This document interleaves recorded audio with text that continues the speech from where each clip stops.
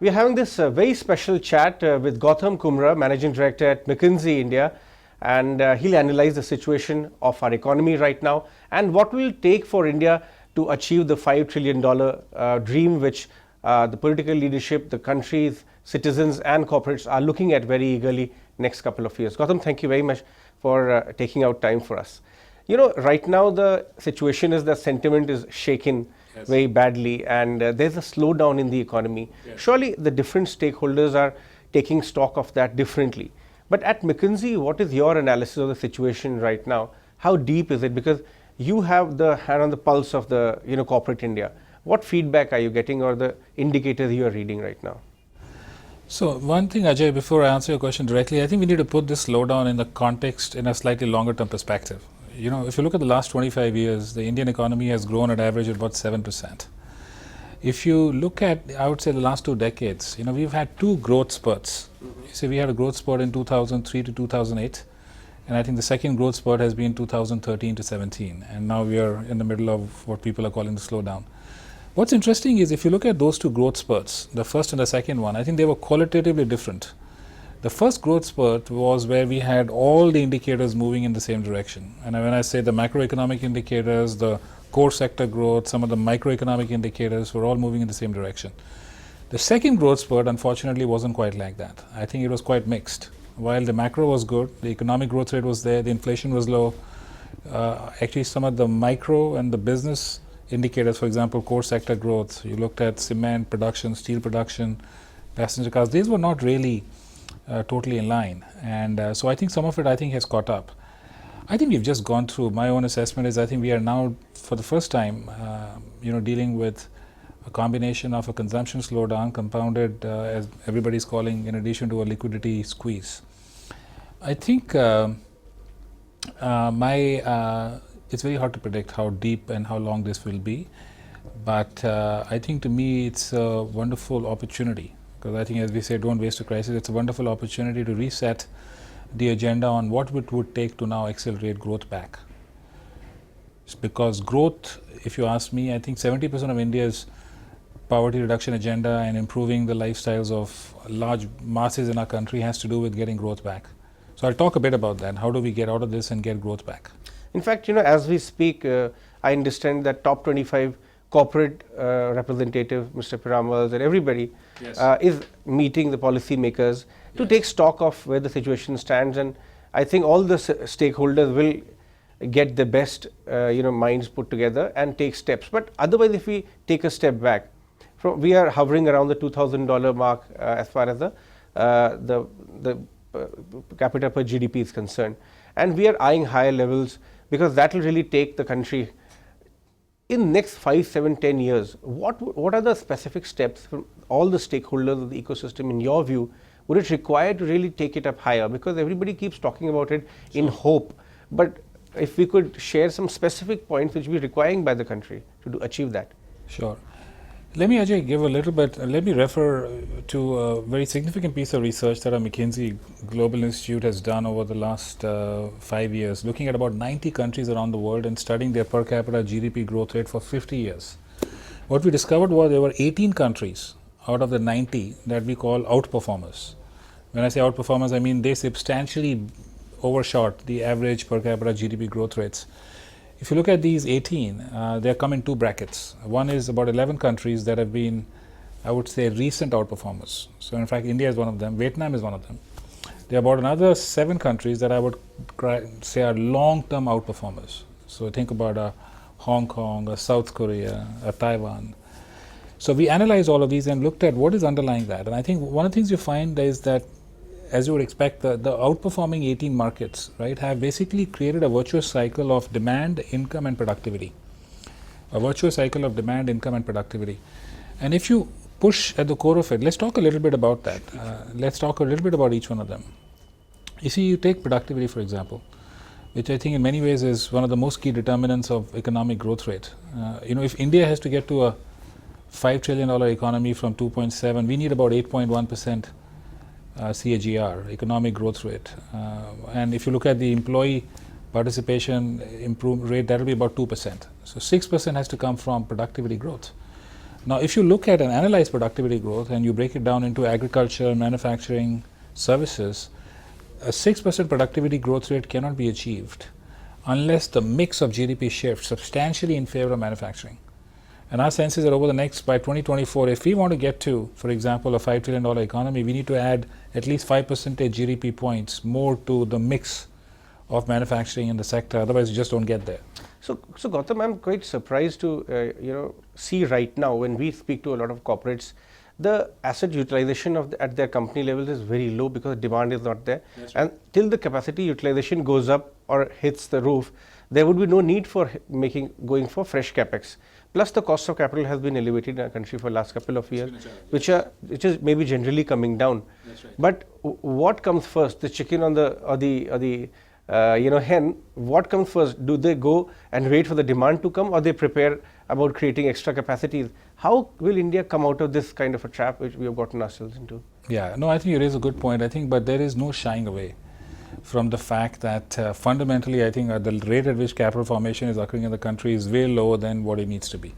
You see, you look at China, just over the last 15 years, China has delivered 10% plus growth rate. If you look at the rate of capital formation in that country has gone from 30% to 45% over that period. We are still hovering at about 30, right? I think, so we cannot wish away the fact that even income increase, which is fundamentally a function of number of jobs and quality of jobs, is in fact linked to investments, because at the end of the day, it's not the government that is going to create all those jobs. So I think no matter how we look at it, we have to unlock the investment cycle, right, which will actually yield productivity increase, because as I said earlier, a lot of the productivity increase is also a function of capital formation. The income increase, which is a function of wage growth and employment creation, which is a function of investments. So no matter how we look at it, we have to unlock that cycle. And I think the issue there, in my view, has not been, despite the current liquidity and credit issues, the issue has not been the lack of capital, because globally there has been enough capital, but we have not been able to clear and put a framework together where we can attract that capital, and that capital can go to many other parts of the world. Sure. Because there is a race for global capital right now, and you have to show your attractiveness, only then will it really turn up at your doorstep. Otherwise, there are so many, competition is very high. Yes, and that's where we fall down. So when you were studying the models of economies which have really broken out of the emerging market and have turned into large economies successfully, how has the partnership from the government and corporate or the private side has been? Who plays what kind of role in your view for the country's size of the economy in aggregate to go higher? Yes. You see, I'd say a few things. Firstly, the private firms, I think we are of the firm view that building large competitive firms is a critical ingredient to long-term sustained accelerated economic growth rate. I'll give you some numbers. If you look at again India versus China, and you look at just number of large firms. So number of large firms defined as, let's say, a firm greater than $500 million in top line. Today China is about 5 times the number of large firms compared to India. If you look at the revenues of these large firms as a share of GDP, today in India it's about 40%. So all large firms put together represent about 40% of our Indian GDP. Same in China is at about 70%. If I project the movie forward, for us to be a $5 trillion economy, and for us to, if you do some basic benchmarking, we need to be able to take the number of large firms in this country from 500 to 2,500. Yeah. So we have to generate another 2,000 large firms, in our view, to really establish that kind of economic growth rate. Now, this will only happen if more of the MSMEs become bigger and if more of the mid-sized firms become large firms. And that cycle in India is not working as well as it should. In fact, the number of firms that are becoming in this large circuit every year has actually been stagnant in India for the last 5 years. I mean, we are just 2.5% of global market cap and barely 2 companies in the $100 billion club. Absolutely. I mean, but do you see that MSMEs, actually you put a very interesting point forward, that this MSME and SME structure of the economy have efficiency issues, productivity issues, and access of capital, and whatever capital they do, they get not at the best of rates, right? Absolutely. So how do you think these guys will really come up the size curve, or how will their businesses actually become large if these 4 shackles they have to face with, in your view? Well, this is where I'll tell you, this is where the market has to clear, because I think the reality is that when you benchmark, I think large firms, in our logic, compared to the MSMEs, are 10 to 15 times more productive. right? And I think if it's a game about productivity, then you have to fix the composition of each and every sector. So fundamentally, Ajay, where it goes down to is you have to go and look within each sector, construction, oil and gas, electronics manufacturing, and you have to challenge what is the right competitive industry structure to create. You see, part of the issue is that we have certain incentives that actually favor today for a small company to remain small because of the way the tax structures are, the labor laws are, and I think that actually prohibits what I think is long-term competitiveness. So we have to make it a playing field where the smaller companies are encouraged to actually become large, and frankly doing business and being large is not considered bad. So scale should be incentivized in your view? Absolutely. I think scale should be incentivized, because let's not forget the other thing we didn't talk about is that it's not about domestic demand alone. Ultimately, it's about also being able to tap into export markets. Recognizing the contraction in global trade we are facing right now, there is no doing away that none of those countries that I mentioned became an outperformer without also having a substantial play in the export market. So broadly, if in the journey of an emerging market becoming a large market, what's the role of exports? Because we are less than 20% of the 15% odd is exports, right? How does that proportion, domestic versus export, actually change in the evolution of our economy in your view? You see, the reality is that if you look at ultimately, my view is that when we make in India, if you have to increase the share of manufacturing GDP in India from 1920, whatever it is, to 25, 26, you see, you need to invest for the world. I think you need to access the global markets, because it is a game for scale and competitiveness, and I think you don't need to restrict it to serving only the home market. And frankly, while if you look at compared to China, if you look at just home market alone, we are way behind. We are 1/5, 1/7 in almost every sector you look at. So I think for us to make the economics effective, we need to create the conditions for investments in India to be globally competitive and serve the global markets. So when you analyze the entire landscape, which other sectors do you think hold scope for expansion, this global trade which you're talking about, in an overall environment where, because of tariffs, etc., the size of the pie is shrinking? Because right now, IT exports, pharma, maybe gems and jewelry is at the best we have done. Sure. No, you're right. Those are great examples, by the way. I think I'm just 30 seconds on the sectors you mentioned. I think the world top 3 players, I believe in the next 20 years, many of them will be from India, whether it's in IT, whether it's in generics, pharmaceutical manufacturing, and so forth. But I look at many of the sunrise sectors. I mean, why are we not, for example, being more aggressive in electronics manufacturing? Why aren't we not taking a stake in battery manufacturing? Why are we not putting a bigger stake in renewables? Whether it's solar panels and so forth. So I look at sunrise sectors, right? Sectors that are still, the growth is going to unfold over the next 20 years. Now, I think if you take a couple of these areas, but go beyond looking at just the direct project, but also the entire ecosystem. So if I think about electric mobility, we should look at how can we really think about the mobility solution for the consumer and create amazing demand by thinking about solutions at a much lower and a different price point, and look at the entire value chain, right? So all of these areas I actually think are absolutely still up for grabs. In fact, I was very happy to meet the management of Sterling and Wilson and came to know it's the largest solar panel company from India, which is just hitting the exchanges. Is it? Yeah, wow. So even I didn't know that. But I'm sure many such examples will come to our exchanges in the next couple of years. I hope so. So let's take a short break on that note. On the other side of the break, we'll talk about what's happening in the startup ecosystem. How come they are completely differently, continuously attracting a lot of dollars as far as that ecosystem is concerned, and which sectors are facing disruption successfully and which are buckling under pressure. After this very short break.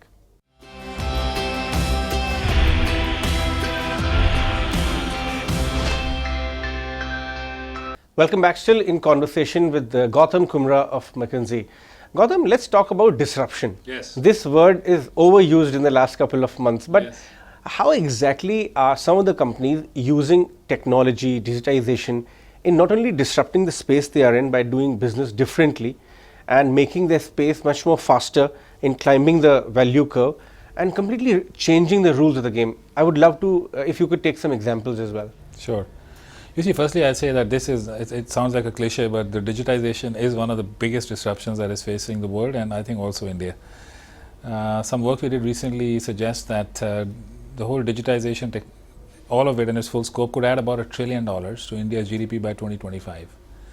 And the reason part of that is happening is most people don't realize, but India is actually arguably one of the fastest digitizing countries in the world when you put all of what's happening together, right? You look at the number of people on the internet, the smartphone penetration, the data usage, all of that when you put together, we are actually literally, bar none, I think, right up there.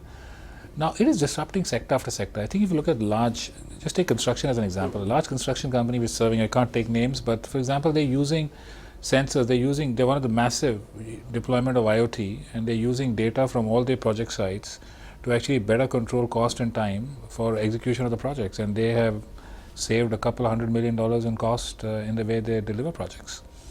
Another pharmaceutical company is using now machine learning and algorithms to figure out how to improve yield for an active pharmaceutical ingredient at the factory by looking at what process parameters will go best together. Another pharmaceutical company is looking at, again, how do we use data and insights to figure out which sites to enroll patients at to reduce the cost of clinical trial to develop a drug, and so on and so forth. I can talk about logistics. You've seen the birth of so many new companies that are creating transparency for the first time, transparency around freight rates, availability of freight, and frankly, that can bring India's logistics costs down by 20 to 30%. And this will also add in that productivity point which you were earlier talking about. Huge. You took at logistics today is 14% of India's GDP. It should be close to 8 or 9. And how will that happen? I think through, for example, tools and technologies like that. So I think it is massive disruption opportunities. It's a massive opportunity, and it varies, frankly, by sector. If today you're a bank, I mean, you are born digital. Many of the banks are born digital. Yeah. So it depends. So how is the investor community looking at both the side of corporate India? One is the startup ecosystem, and one is the traditional businesses. Because we are seeing a clear differentiation in the way capital is flowing into the unlisted space is witnessing to see big deals, but the listed space has starved out capital at least last 18 months. Are you seeing it the way they're looking at both of them differently, the areas, or the people you interact with? We see on the private space, well, firstly, I do think that is an exciting space, and I'm not going to comment on some of the policy changes that have taken some heat recently, but in general, I think we all know India is the 4th largest startup ecosystem in the world. I think with 25 unicorns up there, I think that's a trend. These are trends that are likely to, I think, sustain themselves for time to come, because this $1 trillion of value that is going to be created is not going to be just owned by the existing incumbents. I think there's going to be a birth of host of new companies in agriculture, in logistics, in consumer. You see, the way brands get built, for example, is totally changing. You see, the way I think soon between what Amazon, Reliance and Walmart is attempting, I think the way the entire retailing ecosystem will get configured in India will change. So the way brands will get built will change, and I think today you and I could think of building a brand much faster than what you and I could do 20 years ago, because we didn't have access to channels and markets, but now we will. So I think in general, I think there will be a lot of activity in this space, and I remain excited that there will be a lot more capital flowing into the private markets. Again, if you could share with us the point you said in the growth of our economy to a larger size, how do newer companies contribute versus the traditional larger companies which up till now have had larger share in contribution terms? Yeah, you see, it's a bit like you go back to China. I think if I go back 20 years ago, I think, and you were to analyze, you would be surprised that today, in my definition, 90% of the revenues today is driven by what I would today call large companies, right? But if you just go back 15, 20 years ago, I think it was less than half, because a lot of it was actually driven by MSMEs and medium companies. So I think for any healthy economy, you need to see this pyramid of companies, but they have to have the enabling environment to keep moving up. We should not avoid the rigidities and the inefficiencies that keep small companies small. All right, let's move on from here. What are you reading these days? What's on your reading list? Talk to us about some of the big trends do you see, because you are sitting at a vantage point.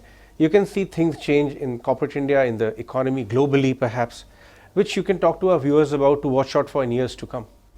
Well, I read a lot less about business, since that's what I do every day. I read a lot about personal leadership and spirituality, actually, and I think India has a lot to contribute on that. So I'm a student of Vedanta, so I read a lot about that. I read a lot about leadership, because one of the things that intrigues me is the difference that leaders can make. So I've one of the recent books, in fact, we were talking about Ray Dalio. I've enjoyed reading his book on principles. Stuff like that. I read a lot of Ten Bar Shahar. He's a very popular professor at Harvard who talks a lot about happiness and what makes life fulfilling. So I read a lot about leadership and spirituality in my personal time. So actually, Read Elio was on a channel last year. Is it? At the time of the launch of the book. I'll send you his interaction. Yes. No, I loved reading his. So what were some parts of the book which really stood out for you? Well, he said many things that I can relate to in my own life. For example, he talks about pain plus reflection equals progress. I think it's a wonderful statement because I think we all as leaders feel pain, and it's not so easy what we do, but when you reflect, combine that with the pain in action, I think you do feel you're growing as a human being. So I think that's just one example of what I remember. But there's so many things. For example, radical transparency is one of the principles he's talked about. I believe in that. I think the more transparency you create, the more trust you create, and the more performance you generate. And what's the next book on your reading list? The next book. There are many, actually. There are many. I think part of my challenge is I'm reading 3 or 4 books at the same time. Happens to most of us. Well, there are many. All right, Gautam, wonderful chatting with you today. Thank you so much for sparing time with us, and look forward to seeing more of you on the channel from here on. Thank you. It was a pleasure.